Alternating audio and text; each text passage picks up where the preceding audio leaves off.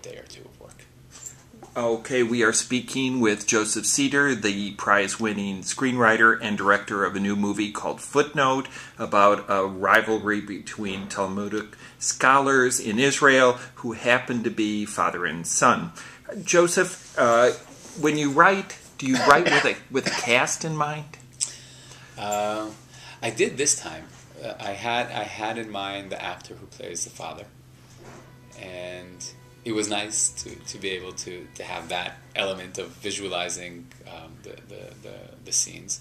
But then when I met him after I had a first draft, he was so different than the person I had imagined.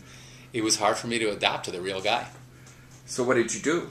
Well, I went out and auditioned another 50 actors, and then went back to him. But you'd think that it's at least economical to write with an actor in mind, but you never really have an actor in mind. An actor it's belittling what an actor does. An actor comes to a movie and brings himself to a character. The character is not what you wrote; it's what he does. And I had to remind myself that even if I write for a specific actor, that actor is still on his own to interpret every situation and be in that situation without my involvement at all. It's his. There's a little scene towards the beginning of this movie where this father is at his son's party celebration, and he goes outdoors, and there's a security guard there.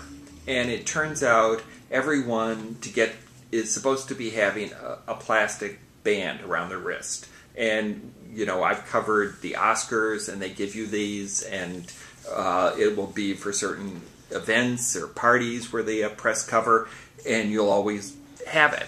And here, the guest and everybody is supposed to have it, and he doesn't have it, and it's never explained why he doesn't have it, but there's this encounter. That seems to be something very, to me, saying something about Israel and its state of security and making some kind of a little political point as well as a character point about this man. Or am I wrong? Well, I'm not going to argue with you. I like the way you interpreted it, but I don't want to shed light on some of the ideas behind that, because it's either they're there or they're not. There's so people can take whatever they want from your film. I like resting on the fact that it's an actual thing. You go to these events, you get a wristband, and it feels a little bit like a handcuff. Now, if you don't have one, you don't belong, and everyone wants to belong. But when you do have one, you're tied in. That's part of the reality in Israel. And you mentioned the Oscars and ceremonies here. I think belonging to a group and wearing that belonging in some way, as a bracelet, as a shirt, as a hat, I don't know, is a way of separating between those who are in the inside and those who are on the outside. Your previous film, Joseph, to this was Beaufort? Yes. And Beaufort was about a fort that was going to be abandoned, but had a last battalion, you could say, of Israeli soldiers there who were being, nevertheless, even though there was no more, strategic purpose to this, were being killed occasionally with this. And it was a meaningless stand. And it was about them as people, not as just figures that you might read about in a newspaper. Is there any connection between Beaufort and Footnote? Well, outside of that they're made by Joseph Cedar. Well, that's a pretty big connection. I didn't think there was. But then, only after the film was made, someone mentioned to me that the word fortress, which is a big part of Footnote, is also a big part of Beaufort. And those two sides of what a fortress is or means apparently is interesting to me. And a fortress, philologically, a fortress in Hebrew, the word fortress, means a stronghold, something that gives you a sense of security. You feel safe if you're in a fortress, powerful. But at the same time, it's also something that isolates you and goes into areas of paranoia, entrapment. Those two sides of the word fortress apparently are intriguing to me, and I've now made 2 films about fortresses. You have also made 2 films that are very specific about themes relating to their Israeli locations. And I couldn't help but think, as I was coming over here, that unlike a movie like The Debt, which we saw in America last year with Helen Mirren and Jessica Chastain and Sam Worthington, was a remake of an Israeli thriller, that it's unlikely Hollywood is going to be coming to Joseph Cedar and saying, we want to make the American remake of Footnote, or maybe even Beaufort. Is that true or not? Okay, without saying anything negative about the original movies that were later remade in Hollywood, I think one Which you already have, by implication, saying... because it's definitely not the fault of the original movies.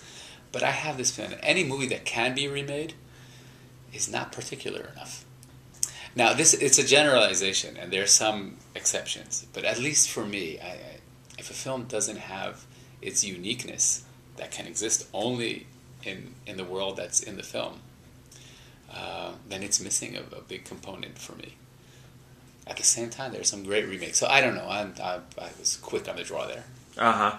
Well, I know this Iranian film from last year that we saw here that won the Gold Bear at Berlin, A Separation.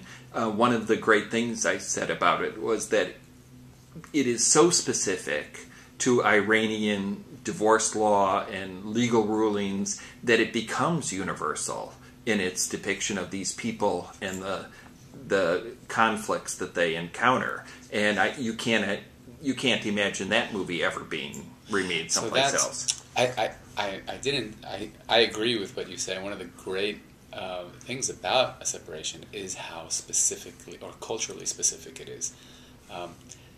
That specificity can be universal. It just can't be duplicated. Exactly. So when you go then and you film your script that you've labored so mightily on for so many months, and it sounds to me like you're a perfectionist with the writing, is it going to be the same script, the same movie in your head? Can it ever be that you actually make? I hope not. Because if the process ends at the writing, then there's something wrong with the process. Every stage has to give the film another layer, and I mean, production is the production or the photography of the film is the most expensive part of creating a film, and therefore the least flexible. But the editing is another chance to retell the story, and my experience in 4 films has taught me that I need to have enough flexibility during the photography to allow a retelling of the story in the editing. I might go back to the script, but I need to come to the editing room with enough material to have that kind of latitude in the editing room, so that the editing is not just constructing something that already existed. It's building something new. Do you ever find then that you've left scenes on the proverbial cutting room floor? Many scenes, and within a scene, there's some scenes that you think you understand, but only in the editing room do you realize, and in many cases, how economical you can treat them.